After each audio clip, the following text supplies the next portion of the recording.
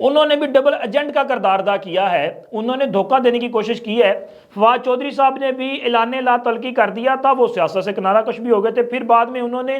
آئی پی پی والوں سے ملاقاتیں بھی کی، لیکن وہ کیا کہتے ہیں کہ اپنا کھل کھلا کے وہ ساتھ نہیں آ رہے تھے۔ بتانے والے یہ بتا رہے ہیں کہ حالیہ گزشتہ کوئی چند دن قبل کی بات ہے، شاید میرا خیال ہے کہ ہفتہ 10 دن کی بات ہے، کہ ان کی ایک ملاقات ہوئی تھی جہانگیر ترین صاحب کے ساتھ، جس ملاقات میں میرا خیال ہے اون چودھری صاحب بھی موجود تھے۔ تو اس ملاقات میں بھی انہوں نے آئی پی پی کو باضابطہ طور پہ جوائن نہیں کیا، بلکہ اپنی شمولیت کے حوالے سے تحفظات کا اظہار کیا۔ قصہ مختصر یہ کہ انہوں نے وہ نہیں کیا کہ جس کی انہوں نے وہ گارنٹی دی تھی یا یقین دہانی کروائی تھی یا کمٹمنٹ کی تھی، تو پھر ان کا بھی گرفتار ہونا بنتا تھا۔ تو لہٰذا جناب آج ان کو گرفتار کر لیا گیا ہے۔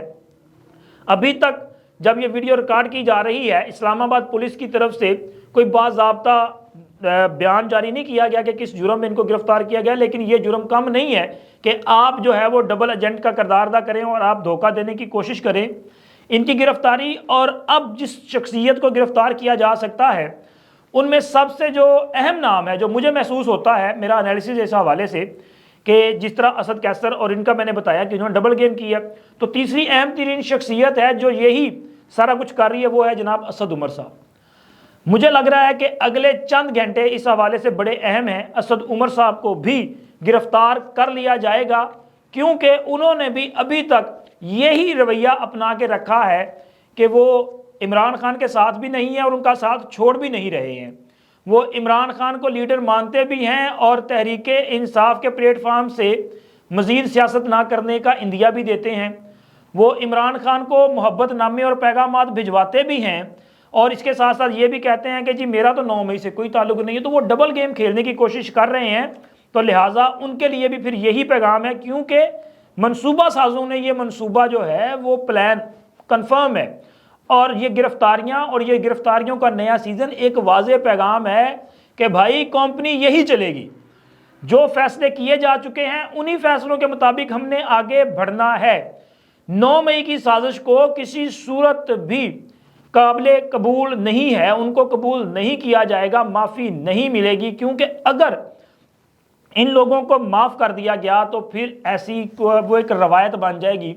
پھر تو جناب کوئی بھی پولیٹیکل پارٹی اٹھے گی اور وہ آ کے کینٹ ایریا میں، وہ کبھی جی ایچ کیو کے سامنے، وہ کبھی کسی کور کمانڈر ہاؤس کے سامنے، وہ کسی آرمی انسٹالیشن کے سامنے کہیں بھی احتجاج کرنا شروع کر دے گی، اور احتجاج اگر ہوگا اور پھر اس میں یہ شدت بھی آئے گی، دوبارہ پھر اس طرح کے واقعات ہو سکتے ہیں۔ تو لہٰذا پیغام یہی ہے کہ بھائی اس چیز کو برداشت نہیں کرنا۔ عمران خان کے لیے کسی قسم کی معافی نہیں، ان کے لیے کسی قسم کا کہیں بھی نرم گوشہ نہیں، اگر کوئی نرم گوشہ رکھتا بھی ہے تو اس کے لیے بھی نرم گوشہ نہیں،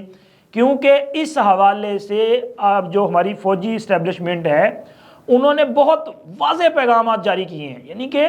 دیکھیں نا، 9 مئی کے بعد انہوں نے سب سے پہلے اپنے گھر سے کارروائی کا آغاز کیا، جن جن لوگوں کو ذرا سا شک بھی تھا یا جن لوگوں نے کسی بھی قسم کی جو ہے وہ فیسیلیٹیشن کا کام ادا کیا، فیسیلیٹیٹر رہے وہ عمران خان کے یا ان مظاہرین کے، تو لہٰذا ان کے خلاف کارروائی ہوئی، اور اس میں چھوٹے لیول کے جو ہے وہ آفیسرز نہیں، سپاہی نہیں، بلکہ 3 اسٹار جنرل تک جو ہیں وہ بیچارے اپنے عہدوں پہ نہیں ہیں اس وقت، ان کو جو ہے وہ قبل از وقت ریٹائرمنٹ لینی پڑی۔ اب اس کے بعد بھی کسی کو سمجھ نہ آئے تو پھر بھائی آپ اپنے دماغ کا علاج کروائیں، کیونکہ اگر آپ یہ سمجھ رہے ہیں نا کہ پاکستان میں آپ یہ اس طرح کی سازشیں بھی کر لیں گے، آپ پاکستان میں ریاست کے خلاف بغاوت کروا بھی لیں گے اور لوگوں کو سڑکوں پہ لا کے فوجی املاک پہ حملے بھی کروا دیں گے، اور تب بھی آپ کو قبول کر لیا جائے گا اور درگزر سے کام لیا جائے گا، تو میرا خیال ہے کہ یہ ممکن نہیں ہے۔ لہٰذا کوئی معافی نہیں ہے۔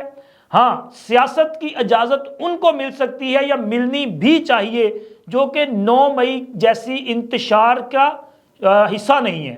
جو ان سے علیحدگی اختیار کرتے ہیں۔ سیاست کریں، آپ کو کس نے منع کیا ہے سیاست کرنے سے؟ کریں سیاست، لیکن سیاست کے نام پہ آپ اگر انتشار پیدا کریں، افراتفری پیدا کریں، آپ تخریب کاری کی سازشیں کریں، تو اس کی ہرگز اجازت نہیں ملے گی۔ اور جن لوگوں کو اب گرفتار کیا گیا ہے نا، ان کو پہلے بھی گرفتار کیا گیا تھا لیکن ظاہر ہے یہ رہا ہو گئے۔ تو پہلے چلتا تھا نا کہ سافٹ ویئر اپ ڈیٹ، تو بھائی ان کے سافٹ ویئر اپ ڈیٹ ہوئے تھے، لیکن مجھے لگتا ہے کہ اس بار ان کے جو ہے نا وہ سافٹ ویئر کے ساتھ ساتھ ان کے اینٹی وائرس جو ہے نا وہ بھی اپ ڈیٹ کیے جائیں گے، تاکہ دوبارہ ان کا جو سافٹ ویئر ہے وہ خراب نہ ہو جائے اور دوبارہ ان کو جو ہے وہ ایسی حرکت نہ کرنی پڑ جائے. لیکن اگر یہ باہر آئے, اگر ان کو ریلیف ملا, کہیں ایسا نہ ہو کہ چودھری پرویز لاہی کی طرح ان کو بھی جو ہے وہ مثال بنا دیا جائے کہ ایک سے دوسرے مقدمے میں گرفتار کیا جائے اور بالآخر یہ ہتھیار پھینک دیں اور کہے کہ جناب پھر سانو جیل چی رکھ لو. کیونکہ اسد کیسر صاحب کو اڈیالہ بھیج دیا گیا ہے اور یہ پیغام ہے کہ جو اڈیالہ جاتا ہے نا اس کا باہر آنے کا پلان وہ اپنا چانس ذرا کم ہوتا ہے. تو ان کو بھی پیغام ہے کہ اب ذرا تیاری کرے, جس طرح آپ ڈبل گیم کر رہے تھے نا یہ نہیں برداشت کریں گے. اور اسی طرح کے پیغامات چودھری فواد چودھری اور دیگر کو بھی مل جائیں گے. اور ان کے سافٹ ویئر اگر اپڈیٹ ہوئے تو اینٹی وائرس بھی اپڈیٹ ہوگا. اور جناب اس کے علاوہ ایک خبر اور بھی ہے کہ اڈیالہ جیل سے باہر آنے والی ایک شخصیت جو ہے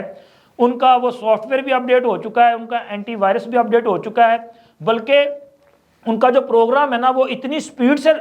ورکنگ کر رہا ہے کہ وہ بےتاب ہیں کہ جتنی جلدی ہو سکے ان سے ان کے جو انٹرویو ہے اس کا اہتمام کیا جائے, ان کی کسی بھرپور قسم کی پریس کانفرنس کا اہتمام کیا جائے. وہ چاہتے ہیں کہ جو ان کے اندر ہے وہ اپنے ضمیر کو باہر رکھیں اور بتائیں لوگوں کو وہ سچ, وہ حقیقتیں بتائیں کہ اس ملک کے ساتھ بنی گالا اور زمان پارک میں بیٹھ کے کیا کیا ظلم ڈھانے کی سازشیں کی جاتی رہی ہیں اور کون کون اس میں ملوث ہے.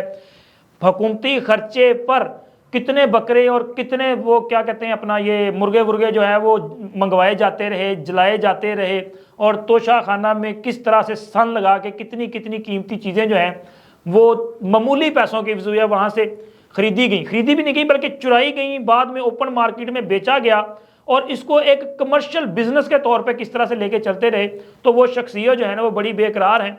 ممکن ہے کہ آپ کو آنے والے ہفتے میں اگلے ایک ہفتے کے دوران وہ ایک بڑی بھرپور قسم کی ہنگامہ خیز اور بڑی شخصیت کی پریس کانفرنس یا انٹرویو جو ہے وہ نظر آ جائے. ہاں اگلے ہفتے میں اس کا نام میں آپ کو بتا دوں گا انشاءاللہ وہ انٹرویو آنے سے پہلے. لیکن اب تک کے اتنا ہی, ملتے ہیں اگلی ویڈیو میں. اللہ حافظ.